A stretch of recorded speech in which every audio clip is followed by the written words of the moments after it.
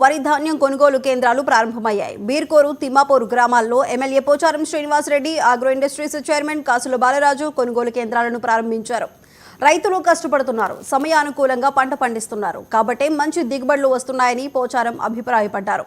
Society ద్వారానే ధాన్యాన్ని అమ్ముకోవాలి, ప్రతి గింజను ప్రభుత్వం కొనుగోలు చేస్తుంది, దళారులను నమ్మి మోసపోవద్దని పోచారం సూచించారు. ఈ కార్యక్రమంలో Banswada sub collector Kiranmayi, Birkur market committee chairman Shyamala, society సిబ్బంది ఉన్నారు.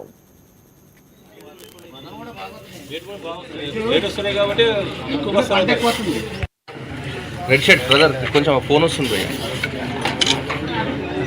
ఏదైతే వరి సీజన్ స్టార్ట్ అయిందో మొన్నటి వరకు వచ్చినట్టు శ్రీనాన్న గారు, మరి ఆగ్రో ఇండస్ట్రీ చైర్మన్ గారు, కామారెడ్డి జిల్లాలో మొట్టమొదటి కాంట్రాక్ట్ ప్రారంభోత్సవం తిమ్మాపూర్.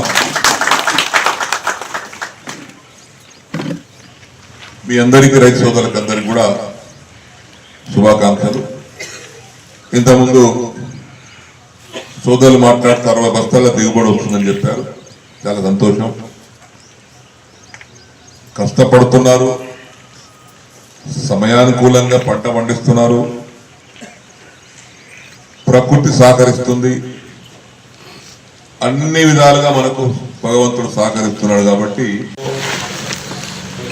సముద్రంలో ఉపరితల ద్రోణి వచ్చింది, 4 రోజులు వర్షం పడుతుంది, రాళ్ళవాన పడుతుంది, వడగళ్ళ వాన పడుతుందని టీవీలలో, పత్రికలలో ప్రకటించారు.